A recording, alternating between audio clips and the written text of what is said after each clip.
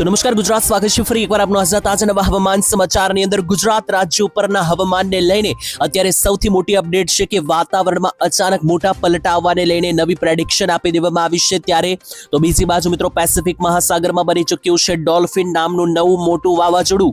આ ખૂંખાર વાવાઝોડું અત્યારે 150 કિલોમીટર પ્રતિ કલાકની ઝડપે આગળ વધી રહ્યું છે અને ત્યાં આસપાસના વિસ્તારોમાં ખૂબ જ વધારે તાંડવ અને તબાહી મચાવી રહ્યું છે। ત્યારે આવનારા સમયની અંદર આ જે મિત્રો વાવાઝોડું છે, આ જે મિત્રો તાંડવ છે તે કેવો આકાર ધારણ કરશે, આવનારા સમયમાં શું થવાનું છે, ગુજરાતની અસર કરશે કે નહીં, ગુજરાતમાં કેટલી અસર કરશે, કઈ તારીખે કરશે, બધી માહિતી આપીશ। અને બીજા નંબર ઉપર ગુજરાત રાજ્યના હવામાનને લઈને અંબાલાલ પટેલે નવા રાઉન્ડ, નવા વરસાદને લઈને પણ આપી દીધી છે એક બીજી મોટી આગાહી। અને બીજી બાજુ ગુજરાત રાજ્યનું જે હવામાન છે એની અંદર સિસ્ટમ અત્યારે હાલ જતી રહી છે, એને કારણે હાલ આજે તો માત્ર ઝાપટાની જ આગાહી છે, પરંતુ નવો વરસાદનો રાઉન્ડ ક્યારે આવશે એને લઈને તારીખ સાથે વાત કરી દેવામાં આવી છે। બીજા નંબરે ગુજરાતમાં આજે એટલે કે મિત્રો મંગળવાર અને 4 તારીખ બપોર પછીથી લઈને બુધવાર અને 5 તારીખની બપોર સુધી જે છે મિત્રો ગુજરાતના કયા જિલ્લામાં કેટલો વરસાદ પડશે એ પણ એક ગામના નામ સાથે હું તમને આગળ જણાવીશ વિડીયોમાં। અને બીજા નંબર હવામાન વિભાગે કેટલાક નકશા, સેટેલાઇટ પિક્ચર, ઉપગ્રહના ફોટા મૂકેલા છે ગુજરાત રાજ્ય માટે, એ પણ જોઈશું આજના વિડીયોની અંદર। મિત્રો વિડીયો તમારા માટે ખૂબ જ જરૂરી અને કામનો રહેવાનો છે, તો વિડીયોને છેલ્લે સુધી જોતા રહેજો જેથી કરીને આ બધી જ અપડેટ તમારા સુધી જે છે મિત્રો પહોંચી જાય વ્યવસ્થિત રીતે। અને બીજા નંબર ઉપર જે છે મિત્રો સૌથી કામની અને મહત્વની જે વાત છે તમારા માટે એ છે કે ગુજરાત રાજ્યની અંદર હવે કેટલા દિવસ સુધી આ વરાપ નીકળવાની છે અને હવે ગણતરીની કલાકોમાં જ બીજી સિસ્ટમો અત્યારે હાલ જે તૈયાર થઈ ચૂકી છે, ધીમે ધીમે આગળ વધી રહી છે ગુજરાત અને રાજસ્થાન બાજુ। ત્યારે એ બધી સિસ્ટમોને લઈને પણ શું થવાનું છે એ પણ સમજીશું આપણે આજના આ વિડીયોની અંદર। તો આજે મિત્રો આજે સમજવાની છે વાત એ મિત્રો આપણે તમારા માટે એટલી જરૂરી, કારણ કે જો તમે આ માહિતી નહીં સમજો તો તમારે પણ મિત્રો ભવિષ્યમાં ગુજરાતના હવામાનને લઈને શું થવાનું છે તમને નહીં ખબર પડે। તો ખાસ મિત્રો વિડીયો છેલ્લે સુધી જોતા રહેજો। અને અમારી ચેનલ મિત્રો જે છે તે તમે સબસ્ક્રાઇબ ના કરી હોય તો તમે પહેલા તો ચેનલ સબસ્ક્રાઇબ કરી લેજો જેથી કરીને તમને જે છે મિત્રો દરરોજના સમાચાર સૌથી પહેલા આ ચેનલ પર કામની જે અપડેટ છે દરરોજ સવારે મળતી રહે। તો સૌથી પહેલા મિત્રો હવે આપણે વાત કરીએ તો ગુજરાત રાજ્ય ઉપર મિત્રો જે વાવાઝોડાનો ખતરાને લઈને અત્યારે સોશિયલ મીડિયા પર સૌથી વધારે ટ્રેન્ડ ચાલી રહ્યો છે એના ઉપર આવીએ તો એક નહીં પરંતુ એક સાથે આજે બે વાવાઝોડા બન્યા છે। એમાંથી આ પહેલું જે વાવાઝોડું ડોલ્ફિન છે એ મિત્રો જુઓ તો ડોલ્ફિન વાવાઝોડું તો પછી 191 ઝડપ સુધી પહોંચી રહ્યું છે। મિત્રો 2 વાવાઝોડા બનેલા છે અત્યારે પેસિફિક મહાસાગર ઓશિયનની અંદર। ત્યારે આ જે વાવાઝોડા છે ઝડપ ખૂબ જ વધારે છે। એક બાજુ જે છે આ મિત્રો જમણી તરફનું વાવાઝોડું આ ડોલ્ફિન છે જેની ઝડપ 190 છે, તો પાછળનું બીજું વાવાઝોડું છે 120ની અથવા 130ની ઝડપથી આગળ વધી રહ્યું છે। તો હવે આ વાવાઝોડાનો ડર જે છે તે ગુજરાત માટે બિલકુલ વ્યર્થ છે, કારણ કે વાવાઝોડાની અસર ગુજરાતમાં સીધી રીતે નથી થવાની।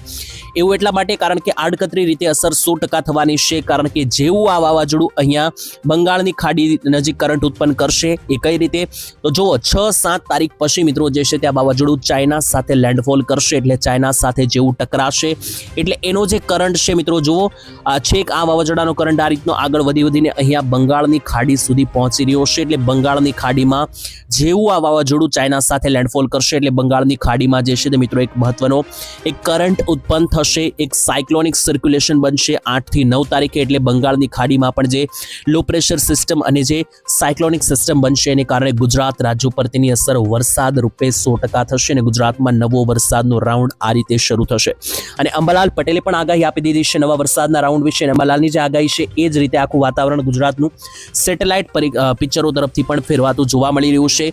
તમે જોઈ શકો મિત્રો અત્યારે આગામી સમયમાં બંગાળની ખાડીમાં કઈ રીતની સિસ્ટમો બનતી જોવા મળી રહી છે એને લઈને તો 5 તારીખ પછી મિત્રો જેવું એ વાવાઝોડું લેન્ડફોલ કરશે ચાઇના બોર્ડરે એટલે બંગાળની ખાડીમાં બની જશે એક મોટી લો પ્રેશરીય સિસ્ટમ અને એ પછી ધીમે ધીમે ગુજરાત રાજ્ય તરફ આગળ વધવાની છે।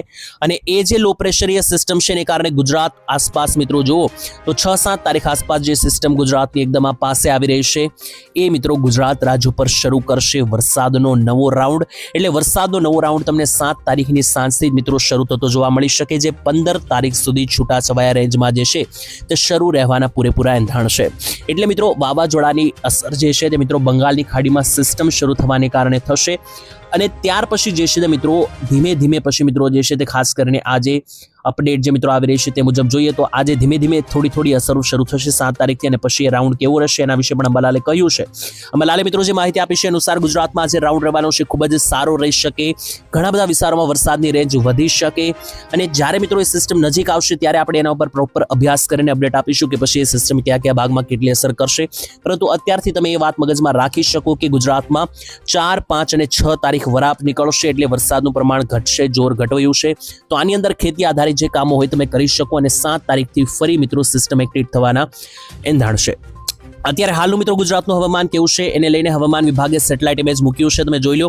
તો ગુજરાતમાં એવું નથી કે સિસ્ટમ જતી રહી છે તો એકદમ વરાપ નીકળી જાય, કારણ કે ઝાપટા હજુ પણ શરૂ રહી શકે. કારણ કે આ ગુજરાતનો નકશો છે, એમાં જો આ ચોરસ બોક્સની અંદર ગુજરાત રહેલું છે ને એની ઉપર જોશો તો એકદમ ગુજરાતની બોર્ડર સુધી આ વાદળો જે છે તે મિત્રો ખૂબ જ વધારે છે. દિલ્હી, હરિયાણાથી લઈને જે મિત્રો આ બાજુ પંજાબ, રાજસ્થાનના વિસ્તારો છે, એમપી છે, યુપી છે, અહીંયાથી મિત્રો વાદળોનું પ્રમાણ વધી રહ્યું છે અને ગુજરાતની ચારે બાજુ મોટી સ્થિતિમાં મિત્રો વાદળો ઘેરાયેલા છે. તો આ જે વાદળો છે એને કારણે જ ગુજરાતમાં પણ ઘણી બધી જગ્યાએ છૂટા છવાયા ઝાપટા પડવાના એંધાણ છે અને એના વિશે જુઓ તો ગુજરાતમાં હવામાન વિભાગે યલો એલર્ટ પણ આપી દીધું છે. એટલે વરસાદી ભારે ઝાપટા કઈ જગ્યાએ જોવા મળશે તો બનાસકાંઠા, એની સાથે સાથે મિત્રો સાબરકાંઠા, મધ્ય ગુજરાતમાં આવી જાઓ તો મિત્રો છોટા ઉદેપુર હોય, પછી ગોધરા, દાહોદ હોય કે દક્ષિણ ગુજરાતનું પછી મિત્રો જુઓ તો નીચે આવી અને દક્ષિણ ગુજરાતમાં તમે જોઈ લો તો દક્ષિણ ગુજરાતના પણ ઘણા બધા વિસ્તારો નર્મદા, તાપી, સુરત, નવસારી, વલસાડ અને ડાંગ આ બધા જિલ્લાઓમાં આપી દેવામાં આવ્યું છે યલો એલર્ટ. એટલે મધ્યમથી ભારે વરસાદો આ બધા ભાગોની અંદર ભૂકા બોલાવી શકે.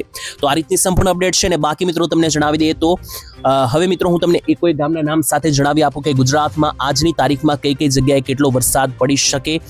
તો એ વસ્તુ ખાસ જાણવી જરૂરી, કારણ કે ભલે વરસાદી સિસ્ટમ નબળી પડી હોય પરંતુ ગુજરાતમાં જુઓ તો ઝાપટા 4 તારીખે પણ અને 5 તારીખે પણ એકદમ યથાવત અને શરૂ રહેતા જોવા મળી રહ્યા છે. 6 તારીખની રેન્જમાં જોશો તો 6 તારીખે પણ અમુક વિસ્તારમાં વરસાદ દેખાઈ રહ્યો છે. પછી 7 તારીખથી તો નવી સિસ્ટમ આવવાની છે, પરંતુ 4 તારીખે બપોરથી લઈને 5 તારીખની બપોર સુધી કઈ જગ્યાએ ભારે વરસાદી ઝાપટા પડવાના એંધાણ છે જોઈ લઈએ ફટાફટ. દક્ષિણ ગુજરાત અને દક્ષિણીય રેન્જમાં વધારે આ ઝાપટા જોવા મળી રહ્યા છે, જેમ કે ભાવનગર જિલ્લાથી માંડીને દક્ષિણ ગુજરાતનો જે આખો આ પટ્ટો છે એમાં જોઈ લો. ભાવનગરમાં જે મહુવા, અલંગ, દરિયાકાંઠાનો ભાગ છે ત્યાંથી દક્ષિણ ગુજરાતનો દરિયાકાંઠાનો ભાગ, પછી સુરત હોય કે પછી બારડોલી હોય, વ્યારા હોય, એની નીચે આવી જાવ તો વાપી, વલસાડ, સાપુતારા, ડાંગ આ બધા વિસ્તારોમાં છૂટા છવાયા ભારેથી મધ્યમ વરસાદો જે છે તે પડતા તમને જોવા મળી શકે. એની સિવાય મિત્રો જુઓ તો એની સિવાય પણ ઘણી બધી જગ્યાએ જેમ કે મધ્ય ઉત્તરીય ભાગોની અંદર પણ ઘણી બધી જગ્યાએ મિત્રો રાત્રિના 11 વાગ્યા સુધી જોવા મળી રહ્યા છે ઝાપટા. સૌરાષ્ટ્રમાં આવી જાવ તો સૌરાષ્ટ્રમાં જુનાગઢથી વેરાવળનો અને ગીર સોમનાથનો જે પટ્ટો છે, તુલસીશ્યામ, સાસણગીર, એની સાથે જુનાગઢનો મિત્રો વિસાવદર, કેશોદ અને એની પણ બાજુના મિત્રો પોરબંદર બોર્ડર પાસેના જે વિસ્તારો છે ત્યાં સુધી મિત્રો છૂટાછવાયા ઝાપટા પડી શકે. અમરેલી જિલ્લાની વાત કરીએ તો અમરેલી જિલ્લામાં કોઈ એવા ખાસ મોટા ઝાપટાની આજે આગાહી નથી. બોટાદ જિલ્લામાં પણ કોઈ આજે મોટી આગાહી નથી. સુરેન્દ્રનગર અને મોરબીની અંદર જોશો તો ત્યાં પણ મિત્રો કોઈ પણ વાદળ કે વરસાદી ઝાપટાની પણ આગાહી નથી. પરંતુ રાજકોટ, જામનગર, દ્વારકાની અંદર છૂટાછવાયા રેડા ઝાપટા પડવાની આગાહી છે. એટલે એકદમ ઝીણા મિત્રો, એકદમ નાની કક્ષાના એટલે કે અડધા ઇંચથી પણ ઓછા લેવલના ઝાપટા પડી શકે.